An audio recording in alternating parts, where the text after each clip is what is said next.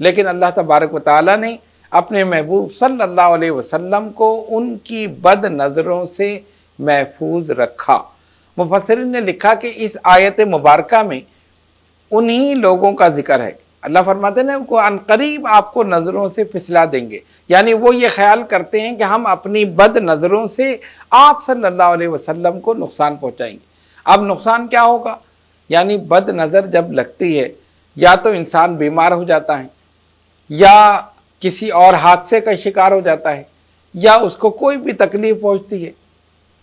تو ان کا ارادہ یہی تھا کہ ہم اپنی ان نظروں کے ذریعے جس طرح عام لوگوں کو نقصان پہنچاتے ہیں، محمد صلی اللہ علیہ وسلم کو بھی ہم اسی طرح نقصان پہنچائیں گے۔ لیکن اللہ تبارک و تعالیٰ نے بہرحال آپ کو ان کی اس بد نظروں سے محفوظ رکھا۔ لیکن اس آیت سے یہ ثابت ہو گیا کہ نظر بد کا لگنا بہرحال یہ حق ہے۔ یہ سورہ قلم کی آیات بینات ہیں جن میں اس کا ذکر ہے۔ دوسرا ذکر سورہ یوسف کی آیت نمبر 67 میں ہے۔ حضرت یعقوب علیہ السلام نے اپنے بیٹوں سے فرمایا، قرآن کہتا ہے قال یا بنی لا تدخلوا من باب واحد وادخلوا من ابواب متفرقہ، اے میرے بیٹوں تم ایک دروازے سے سب کے سب داخل نہ ہونا۔ ابواب متفرقہ یعنی مختلف دروازوں سے تم اس شہر میں داخل ہونا۔ کہنے کا مطلب یہ تھا کہ اگر تم ایک ہی دروازے سے سب کے سب داخل ہو گئے تو ان کے جتنے بیٹے تھے، ایک تو یہ کہ وہ حسین تھے، دوسرے یہ کہ کثیر تھے، تیسرے یہ کہ سب کے سب باوقار تھے۔ تو حضرت یعقوب علیہ السلام نے اس لیے اپنے بیٹوں کو روکا کہ یہ سب کے سب ایک ساتھ ایک دروازے سے داخل ہوں گے تو انہیں نظر لگ جائے گی۔ مفسرین نے بھی اس آیت کے تحت لکھا کہ اس کا مقصد، روکنے کا مقصد صرف اور صرف یہی تھا کہ تم اگر اس طرح جاؤ گے تو تمہیں نظر لگے گی، لہذا مختلف دروازوں سے تم جاؤ تاکہ تمہیں نظر نہ لگے۔ یہ دو آیات ایسی ہیں جو ہمیں ملتی ہیں قرآن مجید فرقان حمید میں، جس سے یہ پتہ چلتا ہے کہ نظر بد کا لگنا بہرحال یہ حق ہے اور اس سے کوئی انکار نہیں کر سکتا، اور جو لوگ انکار کرتے ہیں وہ سمجھ لیں کہ قرآن اور حدیث سے نابلد ہیں۔ اب آئیے احادیث مبارکہ میں دیکھیں نبی پاک علیہ الصلوۃ والسلام نے نظر بد کے متعلق کیا فرمایا۔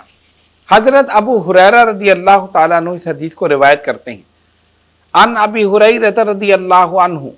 عن النبی صلی اللہ علیہ وسلم قال العین حق ونہا عن الوشم۔ فرماتے ہیں کہ نبی پاک علیہ الصلوۃ والسلام نے فرمایا نظر بد کا لگنا حق ہے، اور آپ صلی اللہ علیہ وسلم نے جسم پر گودنے سے منع فرمایا۔ یہ دو چیزیں اس حدیث میں بیان ہوئی۔ پہلی چیز کا معنی کیا ہے کہ العین حق، یعنی نظر بد کا لگنا یہ حق ہے، یہ اچھے خاصے انسان کو بیمار کر دیتی ہے، یا کوئی حادثہ پیش آ جاتا ہے، یا کوئی ایسا نقصان ہوتا ہے کہ جس سے اس کو شدید اذیت اور تکلیف پہنچتی ہے، یہ سب کے سب اس نظر بد کی وجہ سے ہوتا ہے۔ بچوں پر بھی نظر لگتی ہے، بڑوں پر بھی نظر لگتی ہے۔ یہ ضروری نہیں کہ کوئی بچہ چھوٹا ہو، جو بچہ ہو اسی پر نظر لگے، بڑوں کو بھی نظر لگتی ہے، جوان کو بھی لگتی ہے۔ ہر اچھی چیز پر، خوبصورت پر نظر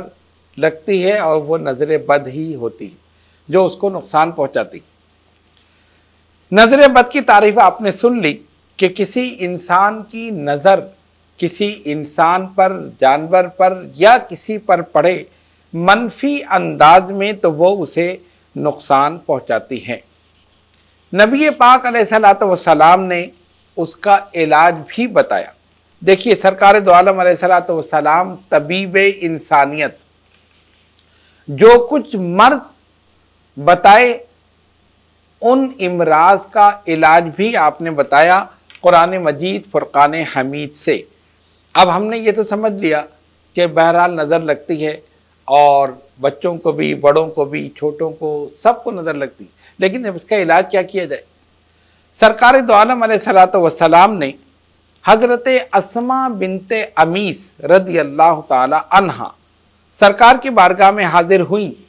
اور عرض کی، یا رسول اللہ صلی اللہ علیہ وسلم، فدا کا امی و ابی، سرکار میرے ماں باپ قربان، جعفر کے بچوں کو نظر لگ جاتی ہے تو کیا میں ان کے لیے رقیہ لے لوں، یعنی میں کچھ پڑھ کر دم کر دوں؟ اچھا، اس زمانے میں یعنی زمانے جاہلیت میں بہت سے دم ایسے تھے کہ جس میں شیاطین کا ذکر تھا، جس میں دیگر چیزوں کا ذکر تھا، اور بہت سے دم کرنے والے بھی مشہور تھے، دم کرنے والیاں بھی مشہور تھیں، تو وہ اس سے دم کرتے تھے، فائدہ بھی ہوتا تھا، بہت سوں کو نہیں ہوتا تھا، بہت سوں کو نقصان ہوتا تھا، لیکن بہرحال دم اس وقت موجود تھا۔ تو سرکار دو عالم علیہ الصلوۃ والسلام نے کچھ کلمات لکھ کر دیے، فرمایا یہ کلمات پڑھ کر بچوں پر دم کر دو، انشاءاللہ نظر بد سے محفوظ رہیں۔ تو انہوں نے کیا کیا، ان کلمات کو پڑھ کر دم بھی کیا، جو بچے بڑے تھے انہیں وہ کلمات یاد کرائے، اور جو بالکل کم سن تھے، یاد نہیں کر سکتے تھے، انہی کلمات کو لکھ کر ان بچوں کے گلے میں تعویذ بنا کر ڈال دی۔ حضرت عبداللہ ابن عمر رضی اللہ تعالیٰ عنہما، ان سے بھی اسی قسم کی حدیث مروی ہے، جب انہوں نے سرکار کی بارگاہ میں عرض کی، نبی پاک علیہ الصلوۃ والسلام نے کلمات سکھائے، کہا یہ کلمات سیکھو اور یہ پڑھ کر نظر بد والے بچوں پر دم کر دو۔ جو بچے رات میں ڈر جاتے ہیں، یا نظر بد لگنے سے رونا شروع کر دیتے ہیں، یا نظر بد کی وجہ سے بیمار ہو جاتے ہیں، یا کسی بھی مسئلے کا شکار ہو جاتے ہیں، تو حضرت عبداللہ ابن عمر رضی اللہ تعالیٰ عنہ نے بھی وہ کلمات پڑھ کر خود بھی یاد کیے، اپنے بچوں کو بھی سکھائے جو پڑھ سکتے تھے، یاد کر سکتے تھے، اور وہ بچے کہ جو کلمات یاد نہیں کر سکتے تھے، جو بالکل کم سن تھے، آپ نے ان کلمات کو لکھ کر جو سرکار نے ان کو یاد کرائے تھے، اس کا تعویذ بنا کر ان کے گلے میں ڈال دیا۔ اس سے ایک ثبوت ہمیں یہ بھی ملا کہ دم کرنا بھی جائز ہے اور تعویذ گلے میں ڈالنا بھی جائز ہے۔ اچھا، اب آپ اس میں یہ دیکھیں کہ ایسے کلمات کہ جن میں شیاطین کا ذکر ہو، جن میں اجنہ کا ذکر ہو، جن میں ان دونوں کے علاوہ اور کسی چیز کا ذکر ہو، یعنی اللہ تعالیٰ کے اسماء مبارکہ یا کوئی چیز نہ ہو، ان سے نبی پاک علیہ الصلوۃ والسلام نے منع فرمایا۔ اور بہت سے لوگ حاضر ہوئے، یا رسول اللہ صلی اللہ علیہ وسلم، ہم زمانے جاہلیت میں دم کیا کرتے تھے اور اس سے فائدہ ہوتا تھا، تو آپ ہمیں یہ بتائیے کہ کیا ہم وہ کلمات پڑھ کر دم کر سکتے ہیں؟ سرکار نے فرمایا وہ کلمات مجھ پر پیش کرو، مجھے بتاؤ کون سے کلمات۔ وہ کسی مختلف زبان کے الفاظ تھے، انہوں نے وہ کلمات نبی پاک علیہ الصلوۃ والسلام کو سنائے۔ آپ صلی اللہ علیہ وسلم نے بغور سنا اور فرمایا اس میں کوئی حرج نہیں، تم یہ پڑھ کے دم کر سکتے۔ اس سے کیا معلوم ہوا